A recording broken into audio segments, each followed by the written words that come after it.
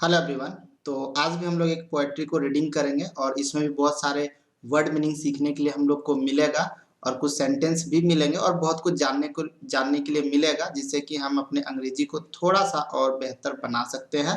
पहले बता चुका हूँ कि हम लोग रीडिंग सेक्शन को भी लेकर के चलेंगे ताकि हम बुक वगैरह रीड कर सकते हैं। ठीक है, तो चलिए शुरू करते हैं छोटे छोटे शब्द से। अगर अभी तक आपने चैनल को सब्सक्राइब नहीं किया तो चैनल को सब्सक्राइब कर लेना। ठीक है, ये एक पोएट्री मैंने लिया है, ये पोएट्री है after a bath.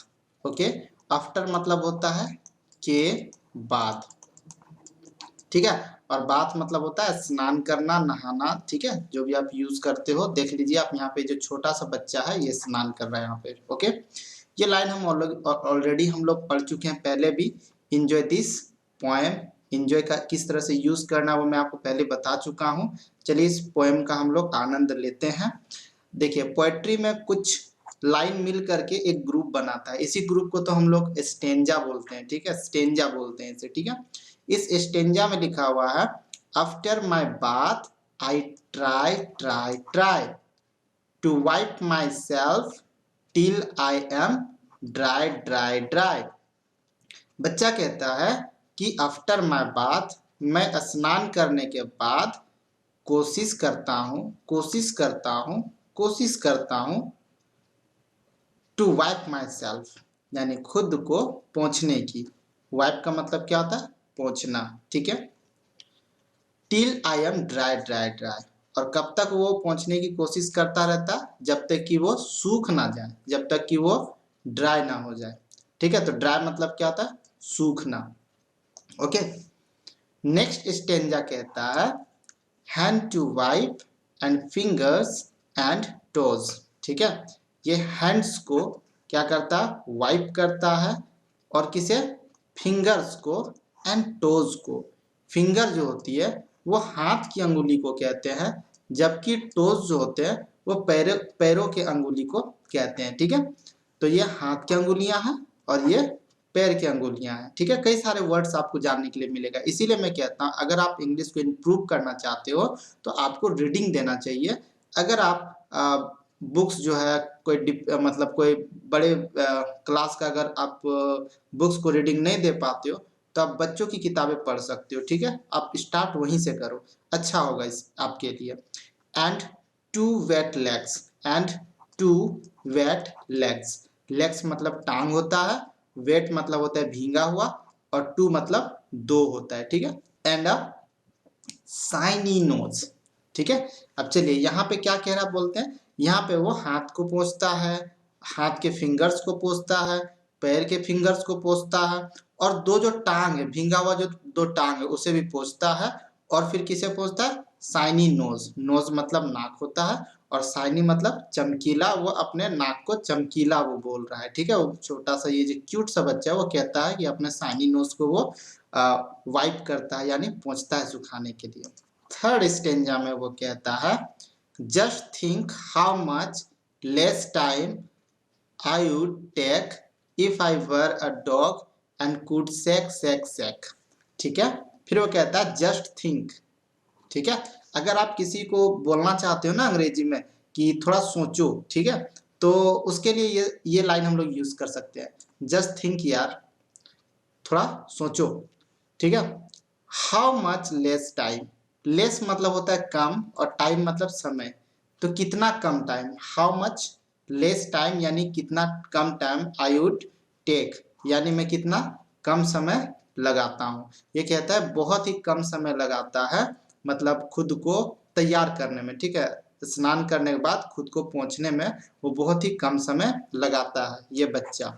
If I were a dog, ठीक है, if I were a dog, ये भी बहुत अच्छा लाइन है, आप इसको यूज कर सकते हो। If I were a dog, यदि मैं एक कुत्ता होता, या काश मैं एक कुत्ता होता, तो मैं कुत्ता होने की बात तो नहीं कह रहा, मैं कह रहा हूँ कि आप अलग अलग जगह पे इसे यूज कर सकते हो। जैसे मैं एक अमीर होता, ठीक है, मैं प्रधानमंत्री होता, या फिर मैं एक ऑफिसर होता, या फिर मैं एक टीचर होता। तो हम लोग कभी कभी ये कल्पना करते हैं ना, काश कि मैं हीरो होता।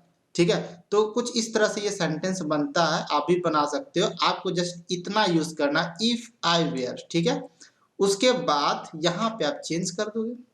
ठीक है। आप बोलोगे if I were a prime minister, काश मैं प्राइम मिनिस्टर होता। तो इस तरह से आप इस सेंटेंस को यूज कर सकते हो, बहुत ही अच्छा ये सेंटेंस है, ठीक है। And could shake shake shake, shake मतलब क्या होता है, हिलाना या फिर झाड़ना भी इसको हम लोग बोल सकते हैं। आप एनिमल को अक्सर देखे होंगे कि जब वो बारिश में भीग जाता है तो अपने शरीर को किस तरह से वो झाड़ता है अचानक से वाइब्रेट करके, ठीक है। तो यहाँ पे भी वो बच्चा बोल रहा है कि यदि मैं डॉग होता ना तो फिर क्या होता, मैं उसी के तरह क्या करता, झाड़ लेता, इतना पूछने का जरूरत ही नहीं पड़ता, ठीक है। तो कई सारे वर्ड हम लोग यहाँ पे जानने के लिए मिला, ठीक है। और नीचे जाकर के देखते हैं, कुछ वर्ड और जरूर होगा यहाँ पे, बिल्कुल है, कुछ वर्ड भी है, कुछ सेंटेंस भी है, काम का है, बता देता हूँ। लिखा हुआ है न्यू वर्ड्स, ठीक है। क्या क्या है, डॉग है, तो ये न्यू तो नहीं है आप लोग के लिए, लेकिन फिर भी ठीक है, जो नए बच्चे हैं जो कि अभी सीख रहे हैं अंग्रेजी को बिल्कुल बेसिक से, उसके लिए तो नया ही है। और ये किसी के लिए नया नहीं होता है, छोटा बच्चा से सबको ये सब पता होता है। मेट, ठीक है, ये मीट का पास्ट टेंस है, ठीक है, ये मीट का पास्ट टेंस है, यानी मिलना होता है इसका मतलब।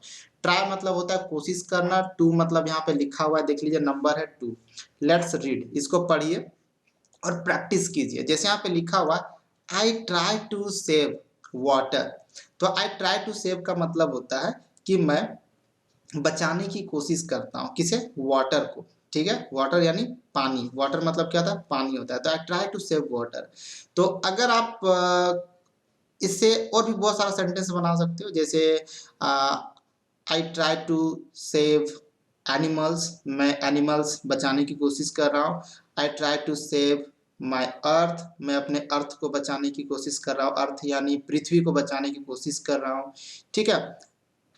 मैं पैसे बचाने की कोशिश कर रहा हूँ, तो I try to save money. तो ऐसे करके आप बहुत सारा सेंटेंस इससे आप बना सकते हैं। जस्ट आपको बोलना है आई ट्राई टू सेव, और उसके बाद आप किसे बचाना चाहते हैं आप वो इंक्लूड कर सकते हैं, ठीक है। एक सेंटेंस नीचे भी दिया हुआ आई हैव, यानी मुझे है, मेरे पास है, इस टाइप का सेंटेंस में इसे हम लोग यूज करते हैं आई हैव, ठीक है। क्या क्या है, तो अगर आपको कहना है कि मेरे 2 कान है तो आप कह सकते हैं आई हैव 2 ईयर्स। उसके बाद अगर 2 टांग है तो आप बोल सकते हैं आई हैव 2 लेग्स। अगर आपके 10 टोज है यानी 10 पैरों की अंगुलियां हैं तो आप बोल सकते हो आई हैव 10 टोज। और अगर आपका एक नाक है तो बोल सकते हैं आई हैव 1 नोज या आई हैव अ नोज, ठीक है। मेरे पास एक गाड़ी है, आई हैव अ कार। मेरे पास एक घर है, आई हैव अ हाउस। तो ऐसे करके आप इस सेंटेंस को यूज कर सकते हो, प्रैक्टिस कर सकते हो। होप कि आज भी बहुत कुछ जानने के लिए मिला होगा। आप अगर अंग्रेजी सीखना चाहते हैं, रीडिंग राइटिंग, ठीक है, बेसिक कॉन्वर्सेशन, तो आप मेरे चैनल के साथ जुड़ सकते हैं, झारखंड पाठशाला के साथ, ठीक है। सब्सक्राइब जरूर कर लीजिएगा। फिर से मिलते हैं, तब तक के लिए धन्यवाद।